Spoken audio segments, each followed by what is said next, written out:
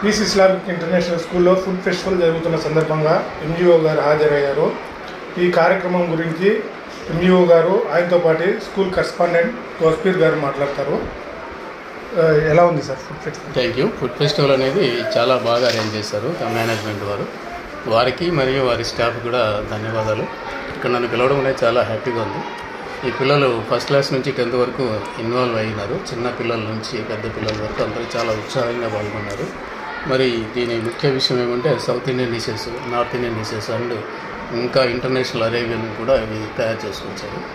దీనివల్ల మన స్టేట్స్, మన డిస్ట్రిక్ట్, స్టేటు అదర్ స్టేట్సే కాకుండా ఇతర కంట్రీస్లో ఉన్న కల్చర్స్, ఫుడ్ సంబంధించిన విషయాలన్నీ కూడా పిల్లలు బాగా నేర్చుకుంటారు. మరి ఫుడ్డే జీవనాధారం కాబట్టి ఫుడ్ని ఏ విధంగా తీసుకోవాలనేది కూడా పిల్లలకు తెలియజెప్పడం అనేది చాలా గొప్ప విషయం. దానికి మేనేజ్మెంట్ వారిని అభినందిస్తున్నాను. Thank you. అలాగే ఫుడ్ అక్కడ టేస్ట్ చేశారు కదా సార్, పిల్లలు ఎలా చేశారు? చాలా బాగుంది. పిల్లలు ఆ లెవెల్కి తీసుకురావడం అనేది చాలా గొప్ప విషయం. అది కల్చర్. పిల్లలు పేరెంట్స్ ఇంట్లో ఏ విధంగా కష్టపడి చేస్తారనేది కూడా వీళ్ళు ప్రత్యక్షంగా చూసి తెలుసుకున్నారు.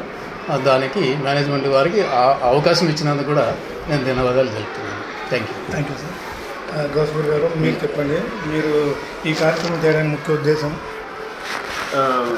మామూలుగా స్పోర్ట్స్ అనేది యాన్యువల్ డే అనేది రెగ్యులర్, కానీ పిల్లలకు వాళ్ళ తల్లిదండ్రులకు, ముఖ్యంగా తల్లి ఇంట్లో ఏ విధంగా వంట చేయడంలో ఎంత కష్టపడుతున్నారు, దాంట్లో ఉండే కష్టం ఏంటి, అసలు ఏ విధంగా ఆ వంట అనేది అవుతుందనేది వీళ్ళు ప్రాక్టికల్ ఇన్వాల్వ్ అయ్యి వాళ్ళ పేరెంట్స్తో వర్క్ చేస్తే వాళ్ళ తల్లి శ్రమ అనేది ఒకటి తెలుస్తుంది. రెండోది వచ్చేసి రాబోయే కాలంలో కూడా వాళ్ళకు కూడా ఇంట్రెస్ట్ వస్తుంది. ఇప్పుడు నెక్స్ట్ ఇయర్ మనం చేసినప్పుడు ఈ ప్రోగ్రామ్ వాళ్ళు అంతవరకు 1-2 వంటలు నేర్చుకుంటారు. మళ్ళీ ఇంకో సంవత్సరం చేసినప్పుడు ఇంకా 1-2 వంటలు, ఆ విధంగా వంటలు అనేవి పిల్లలకు ఇంట్లో అలవాటు అవుతాయి. ఈ నవేడేస్ ఏమైందంటే బయట ఫుడ్ తినడం వల్ల అనేక అనారోగ్యాలకు పాడవుతున్నాయి. పిల్లలకు ఆరోగ్యం అంతా పాడవుతుంది.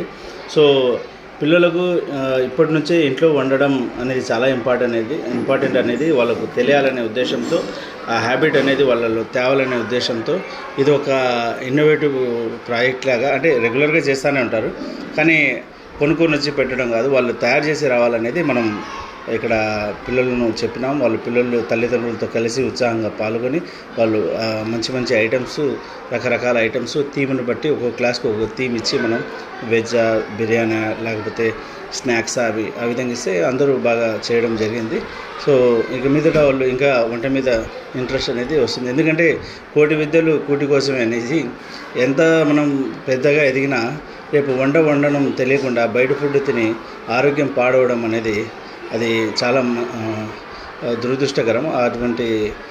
అటువంటిది కాకూడదనే ఉద్దేశంతోనే పిల్లలకు వంటకాల్లో పంపాలని మనం ఈ ప్రయత్నం చేసినాం. Thank you. అలాగే మీకు ఇష్టమైన వంటలు ఏ సార్? పిల్లలు వెజ్ లాలీపాప్ అనేది చాలా బాగా చేసినారు. అందులో ఇంకొకటి బీట్రూట్ బాల్ అనేది బాగా చేసినారు. ఆ విధంగా చాలా అన్ని వంటలు బాగానే ఉన్నాయి. ఒకటి చెప్తే ఇంకో పిల్లలు బాధపడతారు. అందరూ బాగా చేసినారు. వాళ్ళ